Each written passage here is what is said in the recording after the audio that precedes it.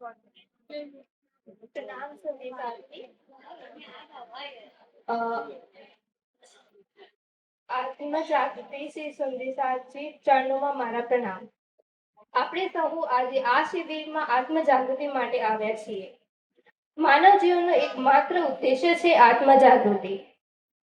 સૃષ્ટિના તમામ જીવો ભય, નિંદ્રા, મૃત્યુ અને આહારમાં પોતાનું જીવન વ્યતીત કરી દે છે અને શાસ્ત્રો કહે છે કે અનેક વાર અનેક અવતરણોમાં જન્મ લીધા પછી આપણને આ માનવ તન પ્રાપ્ત થયું છે અને હવે મોકો પ્રાપ્ત થયો છે કે હવે આ જન્મ મરણના ચક્કરમાંથી આપણે મુક્ત થઈ જઈએ તો તેનો ઉપયોગ કરી લઈએ।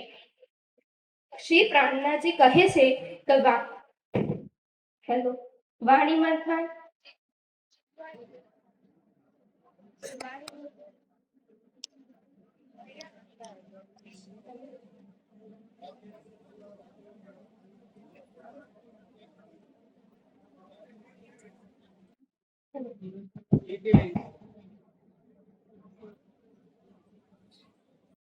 શ્રી પ્રાણનાથજી કહે છે કે વાણી મંથન, ચિતવણી અને રહેણીનો કોઈ વિકલ્પ નથી। આપણને શ્રી કુધમ સ્વરૂપ સાહેબ સ્વરૂપે આપણને આ વાણી મળી છે તો તેને સમજી અને તેને આત્મસાત કરીએ તે વાણી મંથન।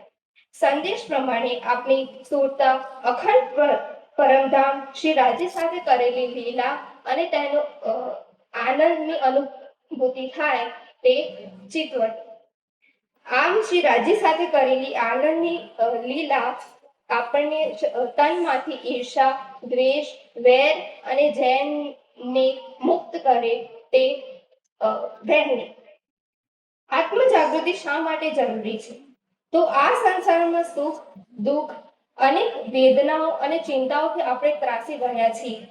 જ્યારે આપણે નિજ સ્વરૂપની ઓળખ થાય, આપણને ખબર પડે કે આ જગતનો નાશવાન છે તો આપણને આ જગતની કોઈ ચિંતાઓ વ્યતીત કરી ના શકે।